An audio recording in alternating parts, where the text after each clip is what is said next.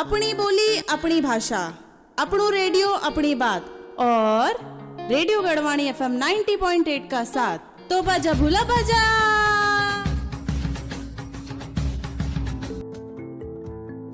नमस्कार श्रोताओं, आप सुन रहे हैं रेडियो गढ़वाणी FM 90.8 पर और साथ ही आप हमारे YouTube channel radio Garhwani FM 90.8 पर हमें देख और सुन भी सकते हैं। श्रोताओं, आज जैसे कि शख्सियत कॉलम के तहत हमारे पास शख्सियतें ऐसी शख्सियतें हमारे शहर में हैं जिनसे हम आपको रूबरू करवाते रहते हैं समय समय पर। और जैसा कि कहते हैं कि कोई जैसा शांत समुद्र होता है और उसके अंदर कितनी गहराई है, तो आज हम ऐसे समुद्र की गहराई में छानेंगे कि क्या क्या खजाना उसके अंदर है।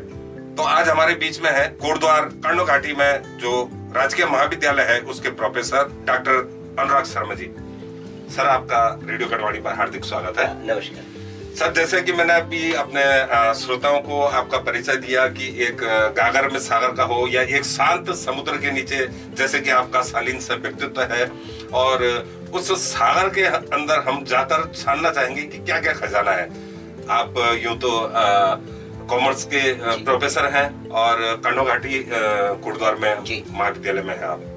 तो आप साहित्य के क्षेत्र में भी हैं, कॉमर्स के एक प्रोफेसर होने के अलावा, और आपने इतनी सारी उपलब्धियां अपने साहित्य के क्षेत्र में हासिल की है जो कि हमारे युवाओं के लिए और हमारे जो श्रोता है उनके लिए बहुत ही अनुकरणीय होगा। तो सबसे पहले हम जानना चाहेंगे डॉक्टर साहब आपके जीवन के बारे में कि कैसा कैसा आपका जीवन काल रहा, कहाँ से आपने पढ़ाई की है और कब आपने यहाँ कोटद्वार राजकीय महाविद्यालय में आपने ये ज्वाइनिंग की है। मनीष जी, पहले तो बहुत बहुत धन्यवाद, और रेडियो गढ़वाणी को भी मैं धन्यवाद बोलना चाहूँगा कि आपके माध्यम से पूरे क्षेत्र की जितनी भी गतिविधियाँ हैं वो सब सुनने को मिलती है। और आपने जो शब्द प्रयोग किए हैं शायद उसको मैं पूरी तरह से वो सार्थक नहीं कर पा रहा हूँ, पर हाँ अपने तरफ से प्रयास करता हूँ। अगर प्रारंभिक शिक्षा की बात करें तो मैं सहारनपुर उत्तर प्रदेश से बेसिकली बिलोंग करता हूँ। 1976 में हमारा सहारनपुर में जन्म हुआ और वहीं पर ही हमने अपना ग्रेजुएशन, उसके बाद फिर पीजी, एमकॉम कंप्लीट किया, बीएड किया, और बीएड करने के बाद 1999 से शिक्षण क्षेत्र में आए। अच्छा। और उसके बाद फिर 2005 में उत्तराखंड आना हुआ। अच्छा। उत्तराखंड में सबसे पहले पिथौरागढ़ के बाद रानीखेत। अच्छा। कुमाऊं में मुझे रहने का मौका मिला। अच्छा। और 2010 से मैं राजकीय सेवा में आया। तो 2010 में राजकीय स्नातकोत्तर महाविद्यालय गोपेश्वर से मेरा कार्यकाल प्रारंभ हुआ। और 2016 से मैं राजकीय महाविद्यालय कर्णो घाटी कोटद्वार में असिस्टेंट प्रोफेसर के पद पर वाणिज्य विषय में कार्यरत हूँ। अच्छा। और कार्य कर रहा हूँ। अच्छा, क्या क्या डिग्री आपने ली है, क्या क्या पढ़ाई आपकी रही है?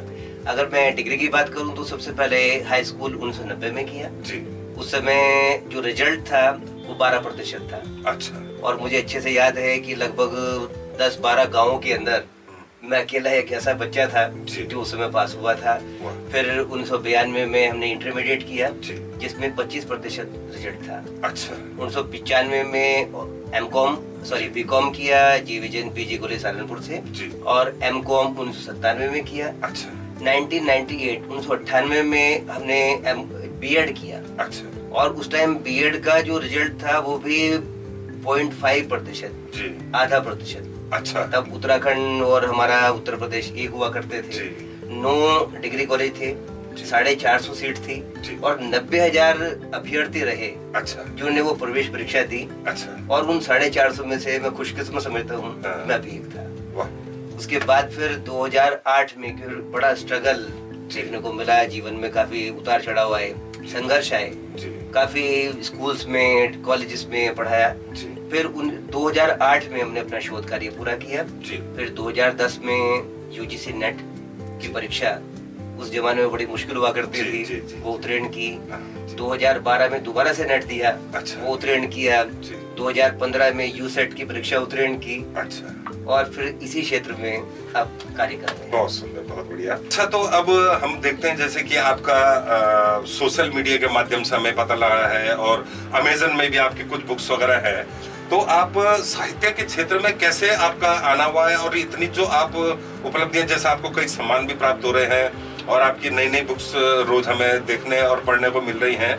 तो थोड़ा उसके बारे में बताइए कि एक प्रोफेसर होने के अलावा और एक कॉमर्स के प्रोफेसर होने के अलावा आप साहित्य के लिए कैसे समय निकाल लेते हैं? एक्चुअल में मनीष जी कहते हैं ना कि अगर हम किसी चीज को चाहते हैं जी, तो पूरी कायनात जी, हमारे पीछे लग जाती है। बिल्कुल। और समय में इतना समय सबके पास होता है, अब ये निर्भर करता है कि उसको हम सदुपयोग करते हैं जी। या दुरुपयोग करते हैं। बिल्कुल। जहाँ तक मैं लेखन की बात करूँ तो मेरी पहली पुस्तक जो आई थी जी। वो फाइनेंशियल अकाउंटिंग, वित्तीय लेखांकन मेरे अच्छा। अपने सब्जेक्ट में आई थी। अच्छा, ये इस समय गढ़वाल यूनिवर्सिटी उस्मान यूनिवर्सिटी में चल रही है। अच्छा, और इसमें फाइनेंशियल अकाउंटिंग की जो बारीकियां हैं जी। वो हमने लिखने की प्रयास किए थे। अच्छा, साथ में फिर हमने स्टैट के ऊपर भी एक पुस्तक लिखी थी, जी। सांख्यिकी के ऊपर। जी, जरूर। तो इसकी कविताओं में हमने कविता लिखी है चिट्ठी, जी, अच्छा, जो पुराने जमाने में हम सब के लिए जी, जी, एक कम्युनिकेशन का माध्यम हुआ करता बिल्कुल, था। बिल्कुल। तो उस चिट्ठी के जो शब्द हैं जी, वो आपको बड़े अच्छे लगेंगे। बिल्कुल, समय मिलेगा तो मैं थोड़ा सा जी, आपको जी। उसके बारे में बताना चाहूंगा। जरूर, जरूर, जी।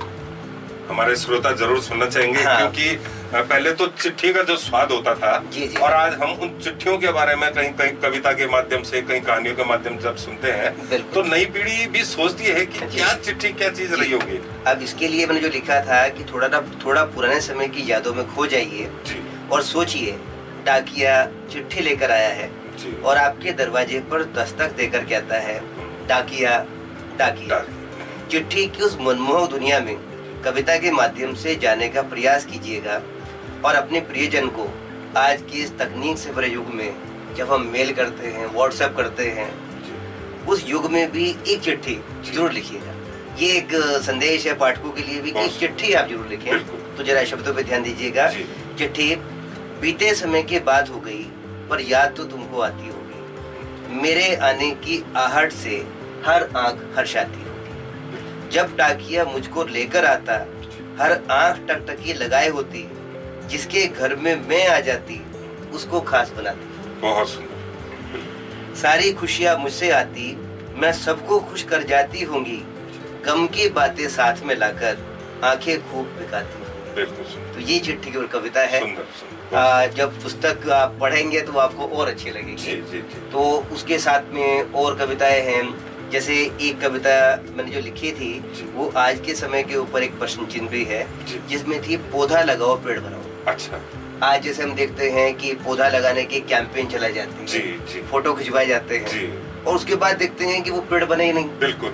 केवल नाम के लिए पौधे लगाए गए। जी। और साथ में आपको बताना भी चाहूंगा, एक बड़ी अच्छी खबर भी है जी। कि हमने अपने कॉलेज में 2018 में जी। एक जामुन का पौधा लगाया था, अच्छा, और आज 2025 में हम उसके जामुन खा रहे हैं। अरे वाह, गजब। और आपको मैं न्योता भी देता हूँ अच्छा, कि जरूर, आप जरूर। आइएगा जी। और उसके पेड़ के जामुन अच्छा, आप खाकर देखिएगा, आपको वाह। अच्छा लगेगा। बहुत सुंदर। तो ये कविता है कि चलो एक पौधा लगाओ, जी, फोटो से स्टेटस की शोभा बढ़ाओ, लाइक्स को देख देख खूब हर्षाओ, हम्म, पौधा लगाया सबको दिखलाओ, पौधारोपण कैंपेन में शामिल हो जाओ, बिल्कुल। जो जगह जगह पे जी, आजकल जी, चलती जी, है। जी। पौधा लगाने की अपील करवाओ, नए नए स्लोगन बनवाओ, सोशल मीडिया पर हीरो बन जाओ, अपने ऊपर खूब हर्षाओ, जी। चलो एक पौधा लगाओ। जी, पर आगे का जो एक अफसोस भी है, पीड़ा भी है, जी, एक वेदना भी है कि पौधा लगाकर भूल जाओ, हाँ, उसे देखने कभी ना जाओ, जी, वह पेड़ बने ना बने इसकी चिंता सपने में भी ना कर पाओ, हाँ, चलो एक पौधा लगाओ। और आगे जो है वो एक प्रश्न चिन्ह लगाया गया प्रकृति के ऊपर जी। कि सोचो बिन पेड़ कैसी होगी दुनिया, जी, सोचो बिन पेड़ कैसी होगी दुनिया, बिन हरियाली कैसी लगेगी दुनिया, जी, बिन पेड़ क्या रह पाएंगे हम, हम्म, कंक्रीट के इस जंगल में कितना जी पाएंगे। बिल्कुल। और 4 लाइनों से इसको समाप्त किया है जी। कि अब भी समय है खुद को जगाओ, अब भी समय है खुद को जगाओ, पौधा लगाकर भूल ना जाओ, प्रकृति संरक्षण में अपनी भूमिका निभाओ, पौधा लगाओ पेड़ बनाओ, पौधा लगाओ पेड़ बना। बिल्कुल, बहुत जरूरी है कि संरक्षण बहुत जरूरी है। और आजकल जो फोटोग्राफी के लिए, सोशल मीडिया के लिए जो नाटकबाजी, जो ड्रामेबाजी हाँ। होती है, उनके लिए बहुत अच्छी आपकी लाइनें हाँ। सटीक बैठती हैं। उसी लिए है कि हम दिखावे में ना जाए जी, और जो यथार्थ है उसको जीने का प्रयास करें। बिल्कुल।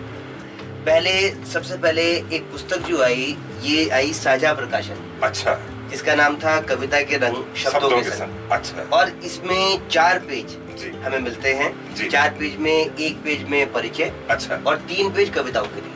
अच्छा। वो मैंने लिखी। जी। और वो लिखने के बाद उसके बाद एक अवसर आया कि जिसमें 21 दिन में 21 कविताएं अच्छा। का एक चैलेंज था, वो हमें लेना था। अच्छा। और मैं IHMS कोटद्वार में उस समय एज ए ऑब्जर्वर ड्यूटी में था। जी। तो वो ड्यूटी करते करते दिमाग में आया कि क्यों ना कुछ अलग किया जाए। जी जी जी। क्योंकि जीवन में चुनौतियां हों बिल्कुल। तो जीवन आकर्षक होता है।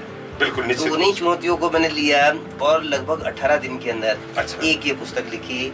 21 कविताएं, यथार्थ एवं कल्पनाएं।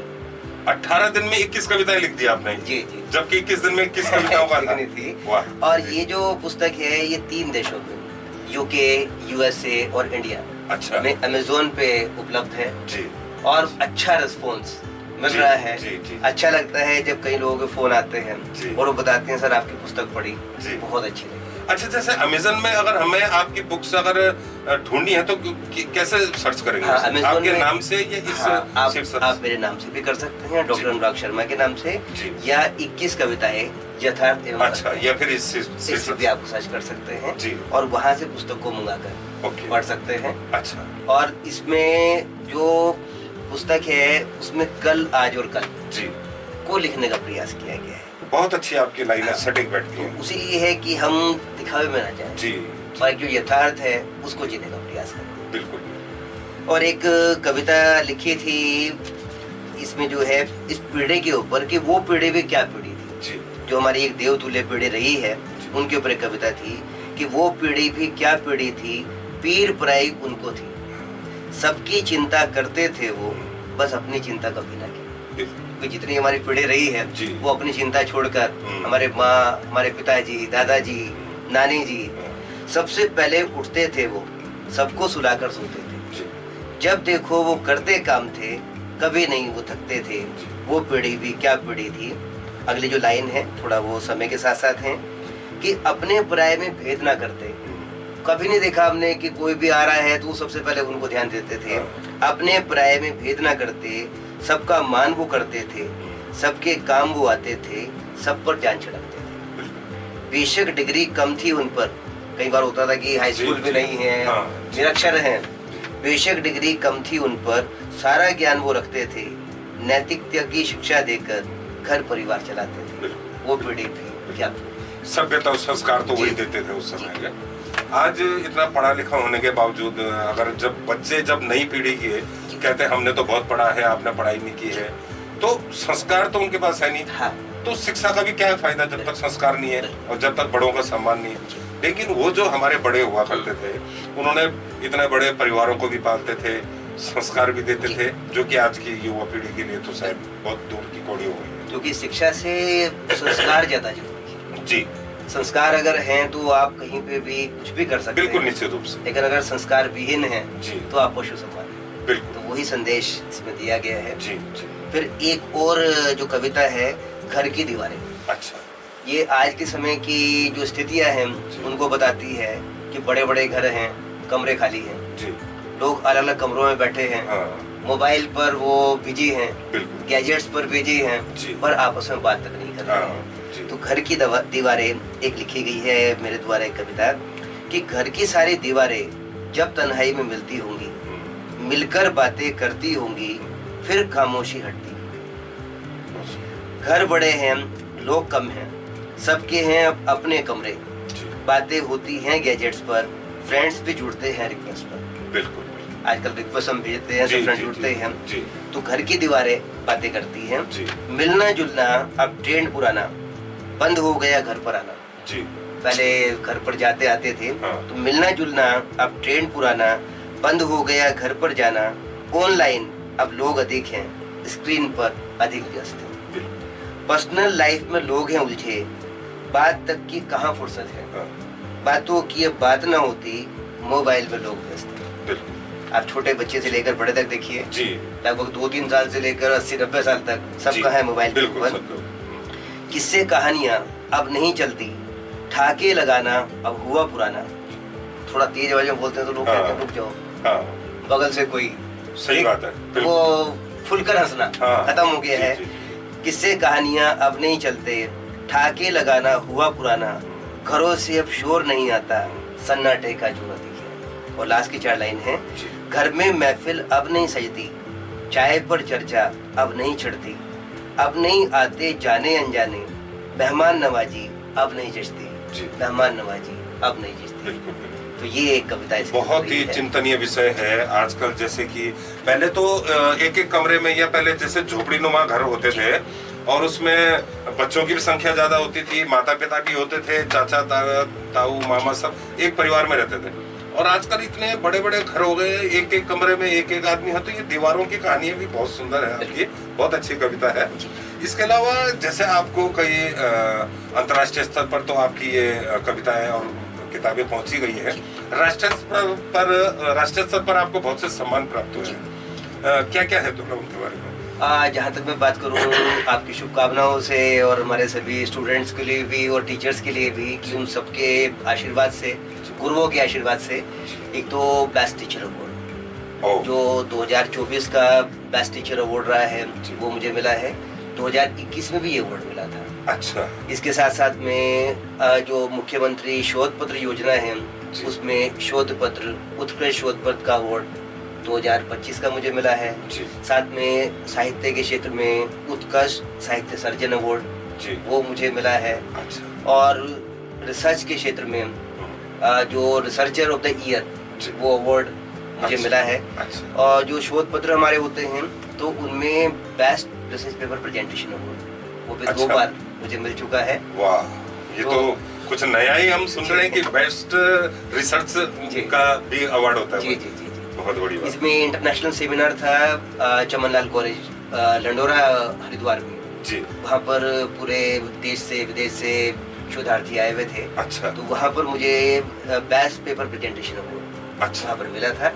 और उसके बाद में रायपुर में एक सेमिनार था पिछले साल 2024 में सस्टेनेबल डेवलपमेंट के ऊपर, और वहाँ मेरा पेपर था जो उत्तराखंड की महिलाएं हैं उनका सतत विकास में योगदान। अच्छा। उसके लिए भी मुझे द्वितीय पुरस्कार वहाँ पर दिया गया था। और अभी योगा में डिस्कवर उत्तराखंड का एक योग का एक प्रतियोगिता थी, उसमें भी द्वितीय पुरस्कार। अच्छा। अभी 21 जून का जो है जी वो भी मिला है इसी 2025 में जी। रोटरी क्लब के द्वारा भी सम्मानित किया गया था। अच्छा। तो ये सारे बहुत बड़ी बात है। आपने तो ऐसे ऐसे पुरस्कार हमें सुना दिए जो कि शायद हमारे श्रोता भी और हम भी आज तक नहीं सुन पाए कि ऐसे भी पुरस्कार होते हैं और उनको आपने पाया है, ये बहुत बड़ी उपलब्धि है। अच्छा, आपकी एक ई बुक आने वाली थी, अगर हमारे श्रोता कुछ सुनना चाहें तो कोई ई बुक का ऐसा कुछ है बनाया आपने? हाँ, एक्चुअली जो ई बुक है ये जो हमारी कविताओं की किताब है, 21 कविताएं यथार्थ एवं कल्पनाएं, ये ई बुक पर भी है। ओके। तो ई बुक में इसको बुक लीफ से डायरेक्ट जाकर इसको परचेज कर सकते हैं। अच्छा। तो वो पेपर बैग में नहीं होगी।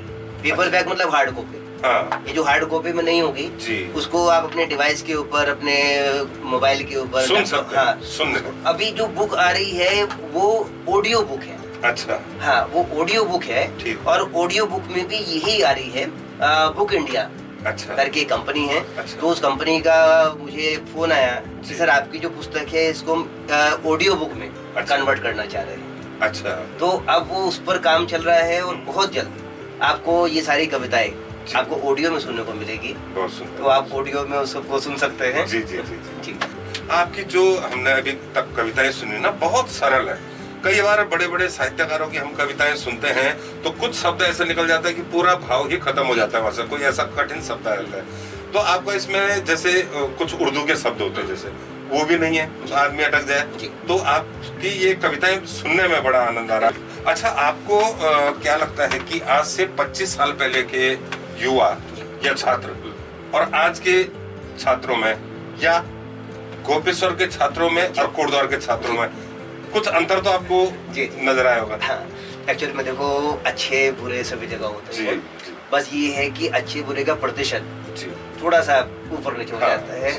और मेरा जो अनुभव रहा है वो ये रहा है कि पहाड़ के बच्चे ज्यादा अच्छे।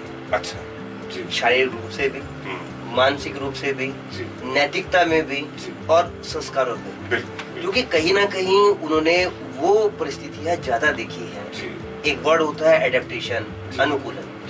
वो प्रकृति से रोज लड़के आए हैं जी तो उनको उसकी वैल्यू पता होगी। बिल्कुल अगर सोकर उठकर माताजी पिताजी आपको नाश्ते में बड़ा अच्छा सा बना के दे देते हैं जी और उसकी जगह एक बच्चा जब खेत में जाता है जी और वहाँ 2-3 घंटे काम करने के बाद में आके सूखी रोटी भी खाता है बिल्कुल तो शायद वो सूखी रोटी ज्यादा लाभदायक होती है।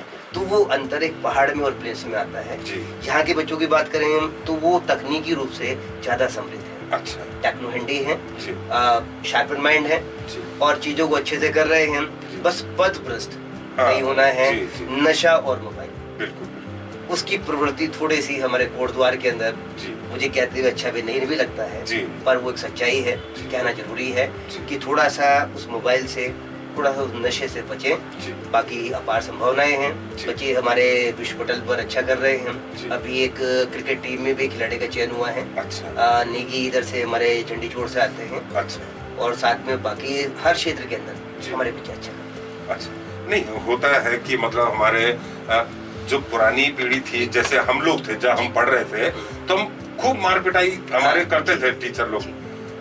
आज क्या किसी बच्चों का थप्पड़ भी मार सकते हैं या डांट भी सकते हैं? नहीं नहीं तो उसके क्या परिणाम नजर आ रहे हैं कि हाँ, मतलब उसका परिणाम ये हो रहा है कि जो बच्चा है वो इमोशनली साउंड नहीं रहा, जी वो कहीं ना कहीं प्राइवेसी की तरफ, जी निजता की तरफ बिल्कुल ज्यादा जा रहा है। बिल्कुल पहले होता ही नहीं था। जी पहले ये थी कि जब हम लोग पढ़ते थे अगर कुछ गलत करते थे तो गुरुजी हर जगह जवाबदेही होती थी, जी, माता पिता के जी, सामने भी अध्यापकों जी, के सामने भी। वो गुरुजन सजा भी देते थे, जी। मारते भी थे, पर अच्छी बात ये थी कि कभी हमने उनको गलत नहीं माना।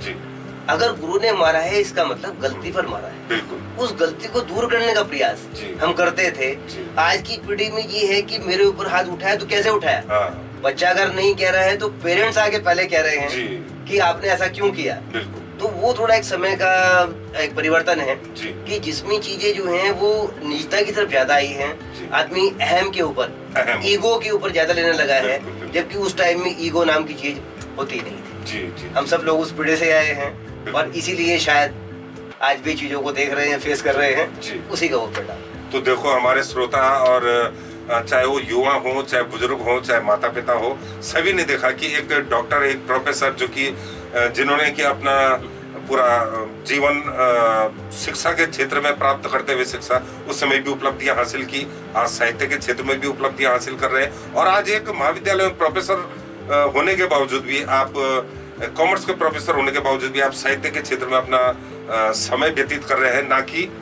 बाहर जाकर या मोबाइल पे जाकर या अन्य बातों में।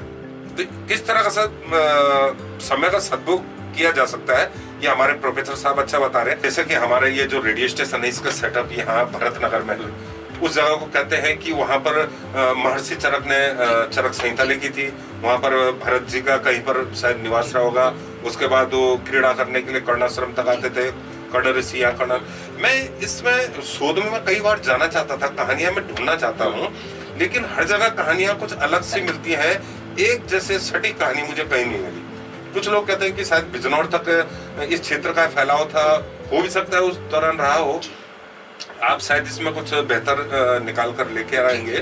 तो फिलहाल आपके पास क्या है भरत के बारे में कोई अगर? हाँ, भरत के ऊपर एक तो सबसे पहले मैंने एक कविता लिखी थी ताकि हम कर्णनगरी कोटद्वार को भी एक पहचान दिलवा सकें कि जिनके नाम पर भारत देश का नामकरण हुआ, ऐसे चक्रवर्ती सम्राट भरत पर कुछ लिखना मेरे लिए सौभाग्य की बात रही। साथ ही सम्राट भरत की जन्मस्थली कर्णनगरी कोटद्वार में रहना और कार्य करना गौरव की अनुभूति। यह कविता इस संदेश और उद्देश्य के साथ लिखी गई है कि हम चक्रवर्ती सम्राट भरत की जन्मस्थली को वैश्विक पहचान दिलवाएं तथा सभी कर्णनगरी कोटद्वार में आकर सम्राट भरत की जन्मस्थली को अपनी स्मृतियों में बसा सकें। और मुझे पूरा विश्वास है कि कविता को पढ़कर आप सम्राट भरत तथा कर्णनगरी कोटद्वार के बारे में जानने के लिए अधिक उत्सुक होंगे। तो कविता है चक्रवर्ती सम्राट भरत। चक्रवर्ती सम्राट भरत कर्णनगरी कोटद्वार की शान, भरत चक्रवर्ती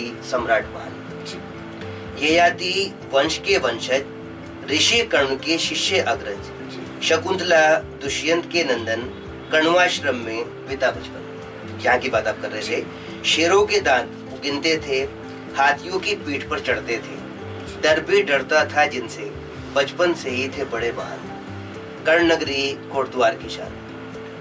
मानव नहीं वे महामानव थे, कण्वाश्रम में सर्वदमन थे, जीतकर दुनिया बने महान, चक्रवर्ती मिला सम्मान। सारे भारत ने अपनाया, देश को उनका नाम दिलाया, भरत तब भारत कहलाया।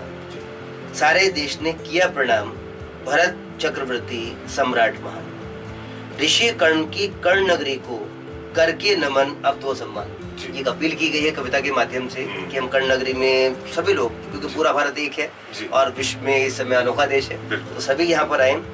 भरत चक्रवर्ती सम्राट महान, ऋषि कर्ण की कर्ण नगरी को करके नमन अब दो सम्मान। सम्राट भरत की जन्मभूमि को संपूर्ण विश्व में अब तो पहचान। सबको आज आपको बतलाना, जो इसको पढ़ेंगे जानेंगे, सबको आज आपको बतलाना, कर्ण नगरी सबको है आना। सम्राट भरत की जन्मभूमि को सबको अब सम्मान दिलाना, सबको अब सम्मान। बिल्कुल बिल्कुल, बहुत जरूरी। आपने एक बहुत अच्छी सोच के लिए आपने ये पंक्तियां लिखी है, तो आपने कुछ सोच बनाई। क्या लगता है, आप एक प्रोफेसर भी हैं, क्या लगता है कि इसको पहचान दिलाने के लिए हमें क्या प्रयास और करने चाहिए? अब इसके प्रयास के लिए बहुत जरूरी है कि हम उनको कई मंचों के ऊपर लेकर आए, राजनीतिक प्रयास भी हों, मंचन हो उसके हाँ मंचन हो, कुछ लीलाएं हों। क्योंकि मुझे याद है हमने शकुंतला के ऊपर एक नृत्य नाटिका तैयार की थी। अच्छा। और उस समय त्रिवेंद्र सिंह रावत जी मुख्यमंत्री थे। कर्णाश्रम में ही उस समय जो है कर्ण महोत्सव चल रहा था। अच्छा। और जब वो हमारा उसका मंचन हो रहा था, नृत्य नाटिका थी, और उसी समय जो है मुख्यमंत्री जी का हेलीकॉप्टर आकर रुका। हमें कहा गया मुख्यमंत्री जी आ गए हैं, अब ये आपका मंचन नहीं होगा। तो जब वहाँ से ऊपर से ही नजर पड़ी आदरणीय त्रिवेंद्र सिंह रावत जी की, उन्होंने कहा इसको शुरू से करवाओ। अच्छा। और वो पूरा मंचन नृत्य नाटिका दोबारा से करवाएगी। बहुत सुंदर। तो बहुत जरूरी है कि इस तरह की नृत्य नाटिकाएं हैं, उनके ऊपर डॉक्यूमेंट्रीज हैं, इवन रील हैं। आपका रेडियो गढ़वाणी अच्छा कार्य कर रहा है, और साथ में पत्र पत्रिकाओं में लेखन हो, उसके मंचन हो, तो वो चीजें जो हैं कहीं ना कहीं सभी लोगों के दिमाग में जाएंगी, मन में जाएंगी, और जब मन मस्तिष्क में जाएंगी तो कर्ण नगरी हमारी वो सम्मान पा सकेगी जिसकी वो हकदार है। बिल्कुल निश्चित रूप से। तो देखिए श्रोताओं, आपने जैसे कि देखा कि हमारे प्रोफेसर साहब ने बताया, और वो हर क्षेत्र में प्रोफेसर साहब का हमारा की एक सोच है कि चाहे वो साहित्य के क्षेत्र में हो, चाहे वो अपने कर्ण नगरी के लिए हो, चाहे वो युवाओं के लिए हो, एक बहुत ही सकारात्मक सोच के साथ उस पर अध्ययन करते हैं, उस पर लिखते हैं, और उनकी सोच है कि मैं किस प्रकार समाज को मैं क्या दे सकता हूँ। तो ऐसे गागर के सागर में से मुझे लगता है कि आज हमने सिर्फ एक लोटा दिया है, एक लोटा हमने निकाला है, और अभी बहुत कुछ खजाना भी आपके अंदर बाकी है। तो आज के इस क्योंकि समय की बाध्यता है, तो आज ये हम ये समझेंगे आज पहला दिन था, और हमने जैसे कि बताया कि मैंने एक लोटा भी लिया है, अभी इसमें से बहुत कुछ निकालना बाकी है। तो एक बार फिर हम आपको अपने श्रोताओं को हम सुनाना चाहेंगे, और जल्दी आपसे फिर दोबारा मुलाकात करेंगे। हमारे श्रोता भी आपका इंतजार करेंगे। बहुत बहुत धन्यवाद मुकेश जी, और साथ में रेडियो गढ़वाणी को 3 वर्ष पूरे करने पर बहुत बहुत हार्दिक शुभकामनाएं। आपका कार्य समाज के लिए बहुत अनुकरणीय है, और यही चाहेंगे कि आपका जो रेडियो है वो राष्ट्रीय के साथ साथ अंतर्राष्ट्रीय स्तर पर भी अपनी धूम मचा सके। आपको बहुत बहुत धन्यवाद और सादर प्रणाम। और हमारा भी हमारी भी ये सोच होती है इस रेडियो के माध्यम से, गढ़ की वाणी जैसे गढ़वाणी है, कि हम यहाँ पर विभिन्न प्रतिभाओं को, चाहे वो साहित्यकार हो, चाहे नाट्यकर्मी हो, चाहे वाद्य यंत्र वादक हो, इन सभी छिपी हुई प्रतिभाओं को हम यहाँ पर मंच दें, और इसी प्रकार हम आप जैसे शख्सियतों को यहाँ पर बुलाते हैं, और आपने अपना समय दिया, तो आपके लिए बहुत बहुत धन्यवाद। नमस्कार। बहुत बहुत धन्यवाद सभी श्रोताओं का। नमस्कार। Radio Garhwani FM 90.8 megahertz. तो बजा बोला बजा।